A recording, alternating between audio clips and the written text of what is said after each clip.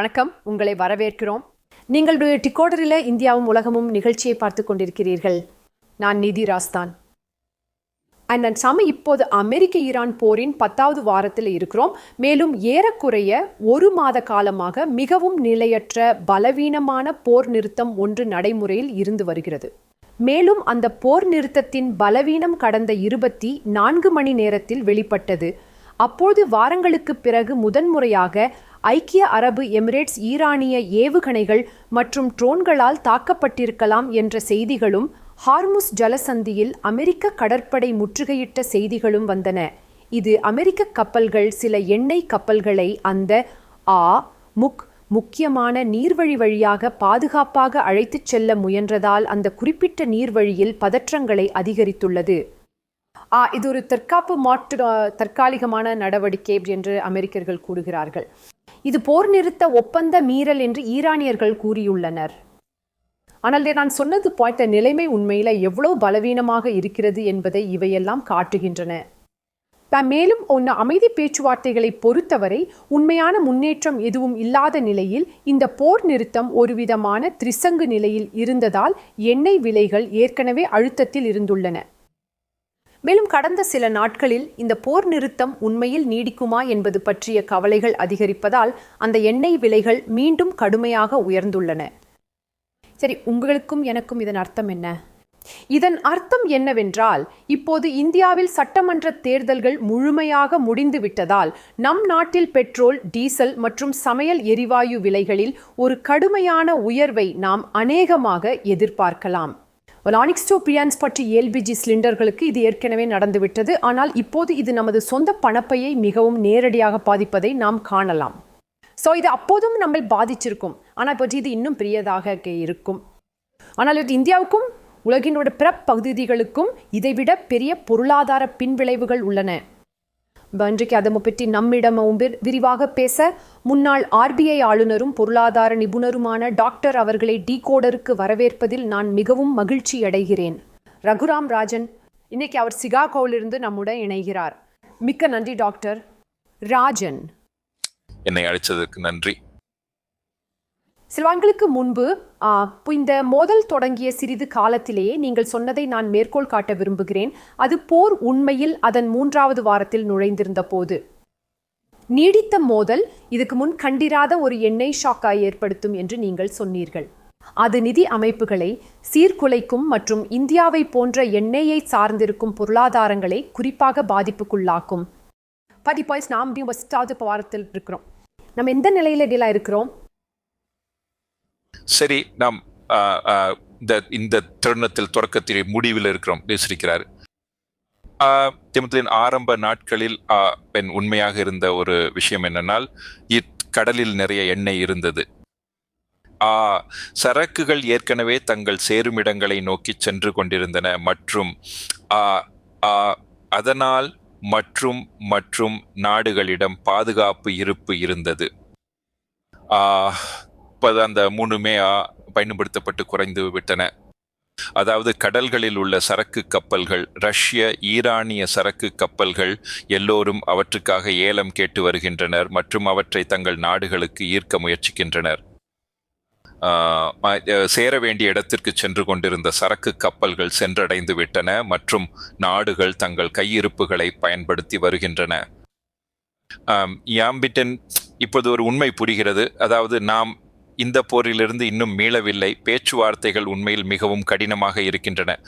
அதாவது அடிப்படையில் ஈரான் விட்டுக் கொடுப்பதாக இல்லை. ஒபாமா நிர்வாகம் ஒப்புக்கொண்டதற்கு உடன்பட விரும்பாத, இன்னும் அதிகமாக விரும்பும் அமெரிக்காவிற்கு எதிராக மற்றும் நிச்சயமாக ஈரான் அதை கொடுக்க விரும்பவில்லை.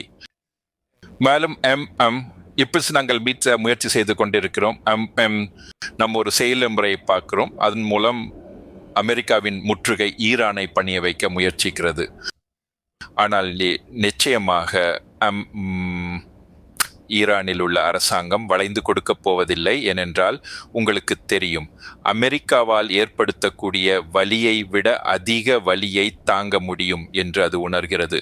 குறிப்பாக அந்த வலியில் ஒரு பகுதி உயர்ந்த எண்ணெய் விலைகள் மூலம் அமெரிக்காவிற்கே திரும்பிச் செல்கிறது.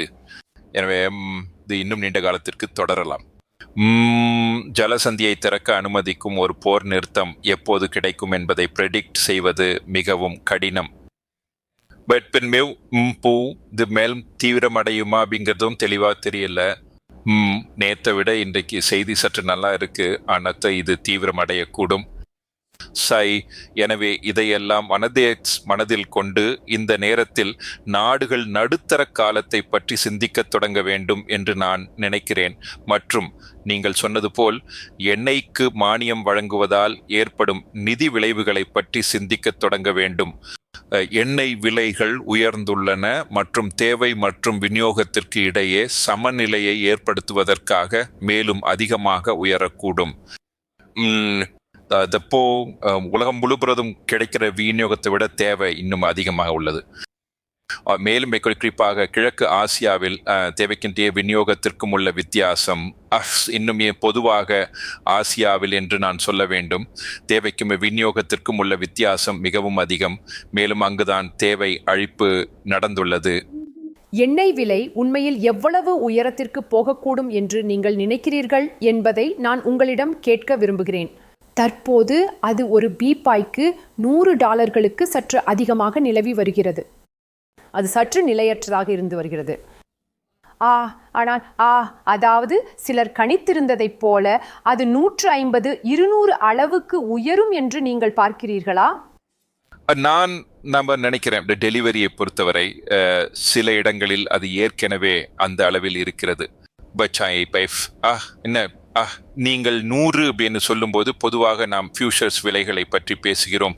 மேலும் போர் முடிவுக்கு வரும், விநியோகம் மீண்டும் வரத் தொடங்கும் மற்றும் பல என்ற நிறைய நம்பிக்கையை அது உள்ளடக்கியுள்ளது. இடத்தை பொறுத்து சில நேரங்களில் செலுத்தப்படும் விலைகளை நீங்கள் பார்க்கும்போது அது ஏற்கனவே அந்த எம்டிட்டத்தை அடையக்கூடும். மேலும் பாருங்கள், இங்கேதான் பிரச்சனை இருக்குது. வளைகுடா நாடுகளால் சுமார் 20 மில்லியன் டன் எண்ணெய் உற்பத்தி செய்யப்படுகிறது. அதில் கோவத்தை வாரு உபயோகிஸ்தாரு, அதில் கோவண்டி செங்கடல் வழியாக வெளியே வருகிறது. மேலும் நான் நினைக்கிறேன் மொத்தத்தில் இந்த நேரத்தில் ஒரு நாளைக்கு சுமார் 10 முதல் 12 மில்லியன் பீப்பாய்கள் முடக்கப்பட்டுள்ளன என்று நாங்கள் நினைக்கிறோம். மேலும் நீங்கள் $100 விலையை பார்த்தால் அதனால் சுமார் 3 முதல் 4 மில்லியன் பீப்பாய்கள் தேவை. தேவை 3 முதல் 4 மில்லியன் பீப்பாய்கள் குறைந்துள்ளது. அது இன்னும் 6 முதல் 8 மில்லியன் பேரல்கள் வரை குறைய வேண்டும். அதற்கு கணிசமாக அதிக விலைகள் தேவைப்படும். அது யாராலும் ஊகிக்கத்தான் முடியும். ஆனால் பரவலாக பேசப்படும் எண்கள் நீங்கள் சொன்னதுதான். 150 முதல் $200 அந்த அளவில் எங்காவது. எங்களுக்கு விளக்க முடியுமா? இது நீடித்தால் இந்தியாவில் உள்ள சாதாரண மக்களுக்கு இதன் ஒரு விதமான பரந்த விளைவுகள் என்னவாக இருக்கும்? நான் நினைக்கிறேன், உங்களுக்கு தெரியும், எங்களில் சிலர் உங்களுக்கு தெரியும், சமையல் எரிவாயு சிலிண்டர்கள் பற்றாக்குறை போன்றவற்றில் உள்ள சிரமத்தை பார்க்க தொடங்கியிருக்கிறோம். ஆனால் அந்த வலி இன்னும் முழுமையாக எங்களை வந்து சேரவில்லை. விமான நிறுவனங்கள் அரசாங்கத்தை தயவு செய்து தலையிடுங்கள், இல்லையென்றால் நாங்கள் உங்களுக்கு தெரியும் எங்கள் அட்டவணைகளை மாற்ற வேண்டியிருக்கும், எங்கள் விமானங்களின் எண்ணிக்கையை குறைக்க வேண்டியிருக்கும் என்று எச்சரிப்பதாக நாங்கள் கேள்விப்படுகிறோம். சில ஐரோப்பிய விமான நிறுவனங்கள் ஏற்கனவே அதை செய்துவிட்டன. ஆக இது ஏற்படுத்தக்கூடிய ஒரு விதமான தொடர் விளைவுகளை பொறுத்தவரை அடுத்த சில வாரங்கள் மற்றும் மாதங்களில் நடக்கக்கூடிய சில விஷயங்கள் என்ன? சரி, முதலில் அதாவது சமையல் எரிவாயுவை எடுத்துக்கொள்ளுங்கள், சரிதானே? டெலிவரி நம்ம அதிக சமையல் எரிவாயுவை நோக்கி நகர முயற்சிக்கிறோம். அதன் அர்த்தம் என்னவென்றால், உங்களுக்கு தெரியும், எரிவாயுவை பயன்படுத்தும் மற்ற துறைகள் பாதிப்படையும். அதாவது சமையல் எரிவாயுவிற்குள்ளே கூட நாம் வீடுகளுக்கும் உணவகங்களுக்கும் இடையில் ஒரு தேர்வை செய்திருக்கிறோம். ஆனால் நிச்சயமாக உணவகங்கள் நிறைய பேருக்கு வேலை கொடுக்கின்றன. மேலும் உணவகங்களுக்கு எதிரான அந்த பாகுபாடு என்று சொல்லலாம், அது ஓரளவு வேலையின்மையை உருவாக்கும். ஆனால் அவர்களால் மண்ணெண்ணெய் மற்றும் பல போன்ற மாற்று ஆதாரங்களை கண்டுபிடிக்க முடியவில்லை என்றால் அது நிறைய உணவகங்கள் மூடப்படுவதையும் உருவாக்கும். ஆக அது எப்படி பாதிக்கிறது என்பதற்கு ஒரு உதாரணம். நிச்சயமாக வீடுகளில் தேவையை சிறிதளவு குறைக்க வீட்டு உபயோக சமையல் எரிவாயு விலைகளும் உயர வேண்டியிருக்கும். இப்ப ஸ்பிண்ட் மயமாய் அது நம்ம சமூகத்தினுடைய ஏழை பிரிவினரை அதிகமாக பாதிக்கும். அவர்களுக்கு மானியங்கள் இருக்குமா அல்லது இல்லையா? அது எப்படி ஏற்கப்படும்? அது தொடர்புடைய மற்றொரு கேள்வி. உதாரணமாக விதைப்பதை எடுத்துக்கொள்வோம். அது விரைவில் நடக்கவிருக்கிறது. உங்களுக்கு தெரியும், உரங்கள் இப்போது மிக மிக அதிக விலையில் உள்ளன. இந்த நேரத்தில் நீங்க போதுமான உரத்தை பயன்படுத்தவில்லை என்றால் உங்களுக்கு விளைச்சல் குறைவாக இருக்கும். எல் நினோவை எதிர்கொள்ளும் நிலையில் அது இந்த முறை நமக்கும் நமது விவசாயிகளுக்கும் கடினமாக இருக்கும் என்று எதிர்பார்க்கப்படுகிறது. அதனுடன் உரங்கள் மிகவும் விலை உயர்ந்ததாகவும் மிக மிக குறைந்த விநியோகத்திலும் இருக்கப் போகிறது. அது ஒரு பிரச்சனையாக இருக்கும். மூன்றாவது, அதாவது அதிக விலைகள் தேவையை குறைக்கும், ஆனால் தீவிரமான பற்றாக்குறைகளும் இருக்கும். அது சில தொழிற்சாலைகளை மூட கட்டாயப்படுத்தும். இது வேலையின்மையை உருவாக்கும். எனவே இது எவ்வளவு காலம் நீடிக்கிறதோ அவ்வளவு காலம் இது போன்ற விஷயங்கள் வெளிப்படும். ஏனென்றால் நாம் நிச்சயமாக இறக்குமதி செய்யப்படும் எண்ணெய், எரிவாயு மற்றும் LPGI பெருமளவில் சார்ந்திருக்கிறோம். சற்று முன்பு நீங்கள் அரசாங்கம் நமது எண்ணெய் மற்றும் எரிவாயு விநியோகங்களுக்கு மானியம் வழங்குவது பற்றியும் ஒருவேளை அந்த மானியங்களை மறுபரிசீலனை செய்வது பற்றியும் குறிப்பிட்டீர்கள். அதன் மூலம் நீங்கள் என்ன சொல்ல வருகிறீர்கள்? ஏனென்றால் இந்திய அரசாங்கத்தால் அந்த மானியங்களை தொடர்ந்து வழங்க முடியுமா என்று சொல்கிறீங்களா? அது மிகவும் கடினமாகவும் மிகவும் செலவு மிகுந்ததாகவும் ஆகி வருகிறதா? சரி, எப்படில்லாம நம்ம இந்த விலையை நிர்ணயம் செய்து சர்வதேச விலைகளுக்கு ஏற்ப விலையை சரி செய்ய அனுமதிக்கவில்லையோ அப்பொழுது ஒரு மறைமுகமான சப்சிடி இருக்கிறது. அது எண்ணெய் விற்பனை நிறுவனங்களால் ஏற்கப்படுகிறது. ஆனால் அரசாங்கம் அவர்களுக்கு கூடுதல் சலுகைகளை வழங்கும் போது அதற்கான பணம் செலுத்தப்படுகிறது, அல்லது அது காலப்போக்கில் ஈடு செய்யப்படும் ஒரு ட்ரேட் ஆகும். அதாவது நீங்கள் இப்போது அதற்கு பணம் செலுத்துகிறீர்கள், பின்னர் சர்வதேச விலைகள் குறைந்த பிறகும் நாங்கள் விலையை அதிகமாக வைத்திருக்கிறோம். அனாபத்தியத்தை எதிராக இருந்தாலும் கிடைக்கின்ற முக்கியமான விஷயம் என்னன்னா, அது ஒரு வகையில நிதி சமன்பாட்டில் இணைகிறது.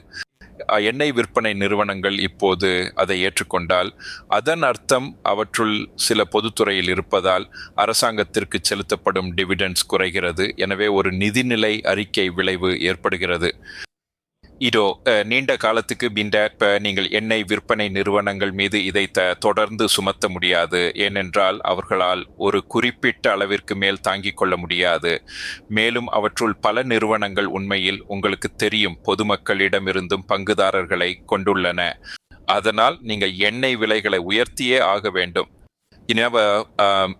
நினைக்கிறேன் ஒரு நீண்ட கால கண்ணோட்டத்தில் இது நீடிக்கப் போகிறது என்றால் அரசாங்கம் செய்ய வேண்டிய சிறந்த காரியம் விலை உயர்வை மக்கள் மீது சுமத்தி அதே நேரத்தில் ஆதரவிற்காக நலிந்த பிரிவினரை இலக்கு வைப்பதாக இருக்கும்.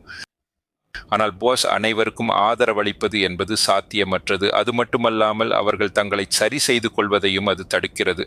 உலகளவில் எண்ணெய் விலைகள் முன்பு இருந்ததை விட 2 மடங்காக இருந்தால் ஒரு மெர்சிடிஸ் காரின் உரிமையாளர் அதை உணர்ந்து அதன் நுகர்வை குறைக்க வேண்டியது அவசியம். மேலும் அதனால் எல்லோருடைய விலை உயர்வையும் ஏற்றுக்கொண்டு கடந்த காலத்தைப் போலவே அவர்கள் மகிழ்ச்சியாக நுகர அனுமதிப்பதற்கு பதிலாக விலை உயர்வை இன்னும் பரவலாக மக்கள் மீது சுமத்தி அதே நேரத்தில் உண்மையிலேயே மிகவும் ஏழ்மையான பிரிவினர் அதை சமாளிக்க உதவும் ஒரு வகையான உத்தி வெளிப்பட வேண்டும் என்று நான் நினைக்கிறேன். இருந்தாலும் உலகளாவிய எக்கானமி மீது ஏற்படும் பாதிப்பை நீங்கள் எப்படி பார்க்கிறீர்கள்? இந்த பாதிப்பு அமெரிக்காவை சென்றடைவதற்கு முன்பாக ஆசிய பொருளாதாரங்களை மட்டுமே இது அதிகமாக பாதிக்கும் என்று ஒருவேளை அமெரிக்காவில் ஒரு தவறான கருத்து நிலவுகிறதா? ஆனால் அது உண்மையில் உண்மையல்ல. அமெரிக்காவிலும் கூட பெட்ரோல் விலைகள் ஏற்கனவே உயர்ந்துள்ளதை நீங்கள் பார்க்கிறீர்கள். ஆனால் ஒரு பெரிய ஆழமான பொருளாதார தாக்கத்தை பொறுத்தவரையில இது ஆசிய பொருளாதாரங்களை மட்டுமே பாதிக்கும் என்று நம்புறது தவறா? நான் சொல்றது என்னவென்றால் உலகம் ஒருங்கிணைந்துள்ளது இல்லையா? எம்பெந்த வழிகளில் எதிரொலிக்கிறது. நீங்கள் சொன்னது போல விலைகள் அமெரிக்கா மற்றும் இது நினைத்து பார்க்க முடியாத ஒன்றல்ல, அமெரிக்கா எண்ணெய் மற்றும் எரிவாயு ஏற்றுமதிக்கு தடை விதித்தால் தவிர. உலக விலைகள் என்னவோ அதுவாத்தான் இங்கும் விலைகள் இருக்க போடுகின்றன. என்றால் ஐரோப்பா அமெரிக்க எரிவாயுவுக்காகவும் அமெரிக்க எண்ணெய்க்காகவும் போட்டியிடுகிறது. பேக்ஸ், அதனால் அதுதான் அமெரிக்க நுகர்வோரும் தொழில்துறையும் எதிர்கொள்ளப் போவது. ஆனால் நான் நினைக்கிறேன் உற்பத்தி குறைபாடுகளிலிருந்து ஏற்படும் பற்றாக்குறைகள் ஏற்கனவே மற்ற துறைகளை பாதிக்கத் தொடங்கிவிட்டன. உதாரணமாக உரங்களின் விலைகள் அமெரிக்காவிலும் மிகவும் அதிகமாக உள்ளன. மேலும் அமெரிக்க மருந்து துறை கடந்த கால நடவடிக்கைகளால் மிகப்பெரிய அளவில் பாதிக்கப்பட்டு வருகிறது. அதனால நான் நினைக்கிறேன் அமெரிக்கா இதில் சிலவற்றை அனுபவித்து வருகிறது. ஆனால் பற்றாக்குறைகள் மற்ற துறைகளிலும் வெளிப்படும். அந்த துறைகளில் ஒன்று ஹீலியம். ஹீலியம் சிப் உற்பத்திக்கு ரொம்ப முக்கியமானது. ஹார்முஸ் ஜலசந்தியில் நீண்ட காலம் நீடிக்கின்ற ஒரு வகையான அடைப்பு ஏற்பட்டால் ஹீலியம் விநியோகம் உலகம் முழுவதும் உள்ள சிப் உற்பத்தியை பாதிக்கும். மேலும் உங்கள் பார்த்துட்டும் இந்த ஏஐ இன்வெஸ்ட்மெண்ட்டில் சிப்கள் இனிவரும் வந்த காலங்களில் ரொம்ப முக்கியமானவையாக இருக்க போயின்று. அவற்றுக்கு தட்டுப்பாடு ஏற்பட்டால் அதன் அர்த்தம் வரையறுக்கப்பட்ட ஏஐ இன்வெஸ்ட்மெண்ட் என்பதாகும்.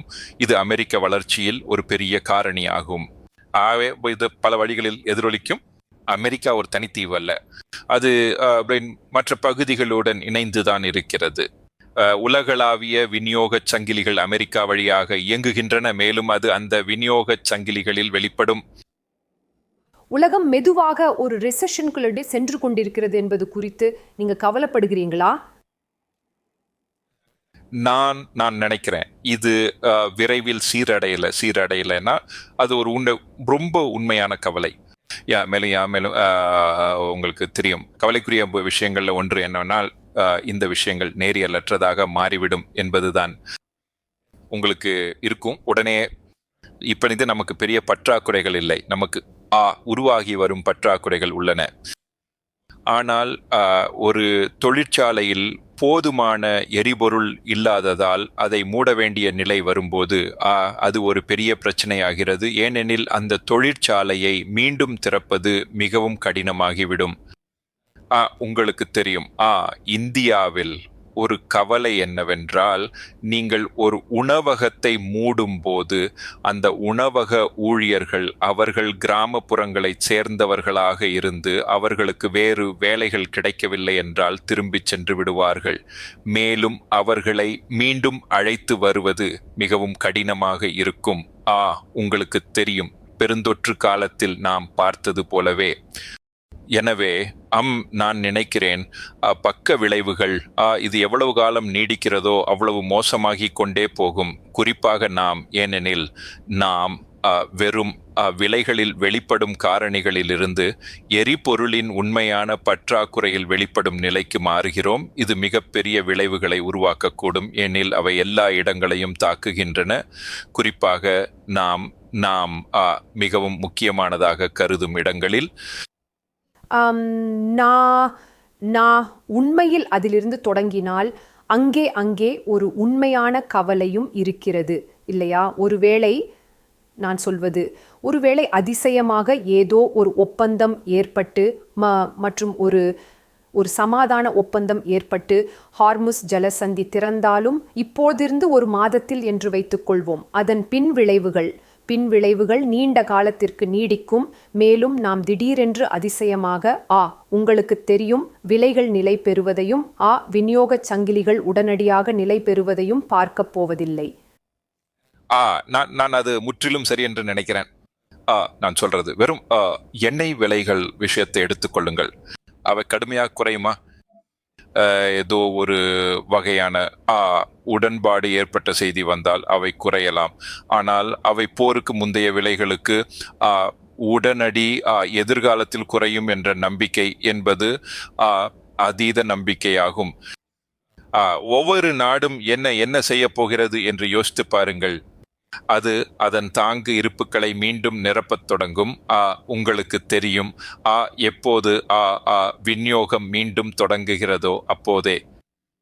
ஒருவேளை பதட்டங்கள் மீண்டும் அதிகரித்தால் இது மீண்டும் நின்றுவிடக்கூடும் என்ற உங்களுக்கு தெரியும் ஒரு கவலை இருக்கும். ஆகவே கடலில் இருக்கும் எண்ணெய் மற்றும் இயற்கை எரிவாயுவுக்காக எல்லோரும் ஏலம் கேட்கப் போகிறார்கள். உங்களுக்கு தெரியும் ஆரம்பத்தில் வணிக இருப்புகளை நிரப்ப, ஆனால் அதற்கு சிறிது காலத்திற்கு பிறகு குறைந்துவிட்ட மூலோபாய விநியோக இருப்புகளை நிரப்ப. எனவே அதையெல்லாம் நிரப்புவதற்கு சிறிது காலம் எடுக்கும். அந்த காலகட்டத்தில் நிறைய கவலை இருக்கும். மேலும் உங்களுக்கு தெரியும் என் கருத்துப்படி எண்ணெய் மார்க்கெட் ஸ்திரத்தன்மை அடைவதற்கு முன்பு நாம் வாரங்கள் அல்ல, மாதங்கள் கூட அல்ல, ஒருவேளை காலாண்டுகள் பற்றி பேசுகிறோம். மேலும் உற்பத்தி பற்றிய விஷயம் உங்களுக்கு தெரியும். இது தொடரும் போது எண்ணெய், எரிவாயு ஆகியவற்றின் உற்பத்தி நிறுத்தப்பட வேண்டும். ஏனென்றால் அவர்கள் மத்திய கிழக்கில் உள்ள அனைத்து சேமிப்பிடங்களையும் நிரப்பிவிட்டார்கள். மேலும் உற்பத்தி நின்றால் பிறகு உற்பத்தியை மீண்டும் தொடங்க அதிக நேரம் ஆகலாம். நீங்க ஒரு சுவிட்சை ஆன் செய்வது போல எரிவாயு உற்பத்தி தொடங்கிவிடாது. அது தொடங்குவதற்கான ஒரு செயல்முறை, அதற்கும் நேரமாகலாம். மேலும் அது எல்லாத்தையும் பாதிக்குது. உர உற்பத்தி, எரிவாயு உற்பத்தியை தொடர்ந்து வரும். அதற்கும் தொடங்குவதற்கான செலவுகள் உள்ளன. தப்புல உடனடியாக பாட்டிக்கரிக்காது. மேலும் நாம் பேசிய அனைத்து காரணங்களாலும் தேவை நீண்ட காலத்திற்கு மிக அதிகமாக இருக்கும். எனவே விலைகள் அதிகமாக போகின்றன. அதனால்தான் அவற்றை மக்கள் மீது சுமத்த தொடங்குவது முக்கியம். மேலும் இது இந்தியாவின் ஜிடிபி வளர்ச்சிக்கு ஒட்டுமொத்தமாக ஒரு அழுத்தத்தை ஏற்படுத்துகிறது என்று நீங்கள் நினைக்கிறீங்களா? இப்போ நான் என்ன சொல்கிறேன் என்றால், நாங்கள் உங்களுக்கு தெரியும், இந்தியாவின் மேக்ரோ பொருளாதார அடிப்படைகள் வலுவாக உள்ளன. நாங்கள் புயலை சமாளிப்போம் மற்றும் பல என்று அரசாங்கம் சொல்வதை நாங்கள் கேட்டுக்கொண்டே இருக்கிறோம். நம்மளால் அதை செய்ய முடியுமா? இது நமது ஜிடிபியையும் குறைக்குமா? இது பற்றாக்குறைகள் நிச்சயமாக அந்த விளைவை ஏற்படுத்த. என்னால் இது அவை உங்களுக்கு தெரியும். பற்றாக்குறைகள் அதிகரித்தால் தொழிற்சாலைகள் நின்றுவிடும். நான் நினைக்கிறேன் அரசாங்கம் சொல்றது சரிதான். ஏன்னா நாம ஒரு நியாயமான நிதி திட்டத்துடன் இதற்குள்ள வந்தோம். இன்ஃப்ளேஷன் ஒப்பீட்டளவில் குறைவாகவும் ஆர்பிஐயால் கட்டுப்படுத்தப்பட்டும் உள்ளது. பெரிய கேள்வி வெளிவாரி நிலையில் உள்ளது. அது உங்களுக்கு தெரியும், வெளிநாட்டு நேரடி இன்வெஸ்ட்மெண்ட் குறைவாக உள்ளது. ஒரு போர்ட்ஃபோலியோ முதலீட்டை திரும்ப பெறுதல் இருந்துள்ளது. மக்கள் இந்திய சந்தைகளிலிருந்து தங்கள் பணத்தை எடுத்துக்கொண்டு வெளியேறிவிட்டார்கள். எனவே எனது மிகப்பெரிய கவலை வெளிவாரி நிலையில்தான் அதிகமாக உள்ளது. ஏனென்றால் நமது நடப்பு கணக்கு பற்றாக்குறை, அதிக எண்ணெய் விலை காரணமாக நாம் நமது எண்ணெய் மற்றும் எரிவாயு அனைத்தையும் வாங்குகிறோம். அது ஒரு வகையில் அதிகரிக்கப் போகிறது. மேலும் கவலை அளிப்பது என்னவென்றால், கடந்த சில உங்களுக்கு தெரியும் மாதங்களில் போருக்கு முன்பே உள்வரவுகள் மிகவும் மந்தமாக இருந்தன. ஆகவே நம்ம அதில் கவனம் செலுத்த வேண்டியிருக்கிறது. அது ஒரு உடனடியான என்று நான் நினைக்கல. அதாவது நம்மிடம் நிறைய அந்நிய செலாவணி கையிருப்பு உள்ளது. நான் நினைக்கிறேன் ஆர்பிஐ மீதும் அதன் இன்ஃப்ளேஷன் இலக்கு வைக்கும் முறை மீதும் நம்பிக்கை உள்ளது. இருந்த போதிலும் நமது நடப்பு கணக்கு பற்றாக்குறை அதிகரிக்கவிருக்கும். அதே வேளையில் உங்களுக்கு தெரியும், கடந்த சில மாதங்களாக நிதி பாய்ச்சல்கள் அவ்வளவு சாதகமாக இல்லாத ஒரு கடினமான கட்டத்தை நாம் கடந்து செல்ல வேண்டும். சீர்திருத்தங்களுக்கு இது ஒரு நல்ல நேரம். அதாவது பிரதமர் பத்லாவ் பத்தி பேசுறதை கேட்டேன். மற்றும் நினைக்கிறேன் இந்த நேரத்தில் நாம் முதலீடு செய்ய தகுதியான நாடு என்பதை காட்ட வேண்டும். மற்றும் பணத்தை கொண்டு வர உங்களுக்கு தெரியும் தானே, கவர்ச்சிகரமான திட்டங்களை முயற்சிப்பதை விட நமக்கு தேவையான முதலீட்டு வரவுகளை ஈர்ப்பதற்காக இந்த நேரத்தில் கடினமான சீர்திருத்தங்களை நாம் தைரியமாக மேற்கொள்ள வேண்டும். ஒரு இறுதி கேள்வி, ஒருவேளை இது ஒரு துன்பத்திலும் ஒரு வாய்ப்பு இருக்கிறது என்று நீங்கள் சொன்னதால், உங்களுக்கு தெரியும் தானே நமது ஆற்றல் வளங்களுக்கான நீண்ட கால திட்டமிடல் பற்றி என்ன? அது இந்தியா இப்போது தீவிரமாக கவனிக்க வேண்டிய ஒரு விஷயமா? எவ்வளவு காலம் நாம் எண்ணெய் இறக்குமதிகளை சார்ந்திருப்போம்?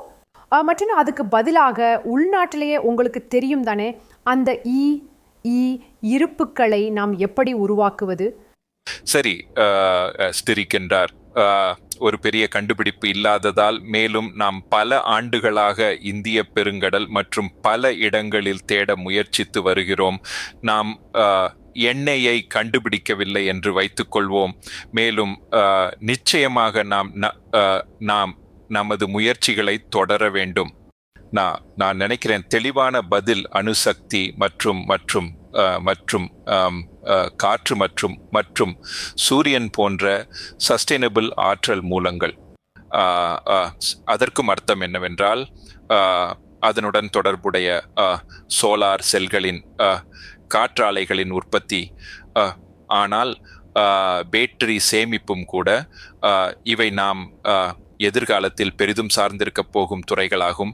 மேலும் இவற்றில் அதிநவீன நிலையை அடைவதற்கு நமது தொழில்துறை கவனம் செலுத்த வேண்டிய ஒரு விஷயம் இது. ஏனென்றால் நமது தேவைகள் மிகப்பெரியதாக இருக்கும். மேலும் இந்த தேவைகளுக்காக மற்ற நாடுகளை சார்ந்திருப்பது நிச்சயமாக நாம் கவலைப்பட வேண்டிய ஒரு பலவீனமாக இருக்கலாம்.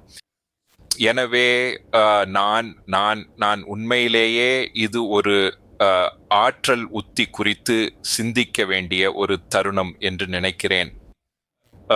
ஆனால் மேலும் நான் நினைக்கிறேன், உங்களுக்கு தெரியும் தானே, நமது அந்நிய செலாவணி கையிருப்பில் சிலவற்றை, அது இயற்கை எரிவாயு சேமிப்பாக இருந்தாலும் சரி அல்லது எண்ணெய் சேமிப்பாக இருந்தாலும் சரி, ஆற்றல் துறையில் ஒரு பாதுகாப்பு இருப்பை உருவாக்க மாற்றுவது பயனுள்ளதாக இருக்கலாம். உங்களுக்கு தெரியும் தானே, பேசப்பட்ட எந்த நிலைகளையும் விட நாம் 100 நாள் 120 நாள் சேமிப்பு நிலைகளுக்கு அதிகமாக நகர முடியுமா? எனவே இந்த பலவீனத்தை கருத்தில் கொண்டு நாம் செய்யக்கூடியது நிச்சயமாக இன்னும் அதிகமாக இருக்கிறது. நாம் மிகையாக எதிர்வினையாற்றுவதில் கவனமாக இருக்க வேண்டும். அது உங்களுக்கு தெரியும், அந்த பரிமாணங்களில் சிலவற்றை செய்ய வேண்டும். ஆனால் நீண்ட கால திட்டத்தையும் மனதில் கொள்ள வேண்டும். மேலும் நீண்ட கால திட்டம் என்பது மேலும் சஸ்டைனபிள் ஆற்றல் மூலங்களை நோக்கி செல்வதுதான். நாம் சூரிய சக்தியை பரவலாக பயன்படுத்தினால் அவை மேலும் பரவலாக்கப்பட்டவையாகவும் குறைவான லைன் இழப்புகள் போன்றவையாகவும் இருக்கும். எனவே அதையும் நாம் செய்வோம். மேலும் பசுமை கட்டமைப்புகளில் சிலவற்றை நாம் எவ்வாறு உற்பத்தி செய்து உலகின் பிற பகுதிகளுக்கு விற்கலாம் என்பதை பற்றி சிந்திக்க தொடங்குவோம். அதற்கு நமது தொழில்துறையினரிடையே தைரியம், புதுமை ஆகியவை தேவைப்படுகின்றன. அவர்கள் முன்னுட்டு வர இதுவே சரியான தருணம் என்றும் நான் நினைக்கிறேன். சரி டாக்டர் ரகுராம் ராஜன், இதுல உங்கள் கண்ணோட்டத்துக்கு மிக்க நன்றி. மெசேஜ் தெளிவாக இருக்கிறது என்று நான் நினைக்கிறேன். நாம் தயாராக இருக்க வேண்டும். நம் அனைவருமே சில குறுகிய கால சிரமங்களுக்கு, குறுகிய காலத்திலிருந்து நடுத்தர கால சிரமங்களுக்கு நிச்சயமாக பொருளாதார தளத்தில் தயாராக இருக்க வேண்டும் என்று நான் நினைக்கிறேன். மேலும் ஆண்டு எவ்வளவு காலம் தொடர்கிறது என்பதை நாம் பார்க்க வேண்டும். மிக்க நன்றி. நிச்சயமாக நன்றி. அமெரிக்க ஈரான் போர் மற்றும் இந்தியாவின் மீதான அதன் தாக்கம் குறித்து இன்னும் பல தகவல்களுடன் அடுத்த வாரம் மீண்டும் சந்திப்போம். அப்போது எங்களுடன் இணையுங்கள். உற்சாகமான இசை,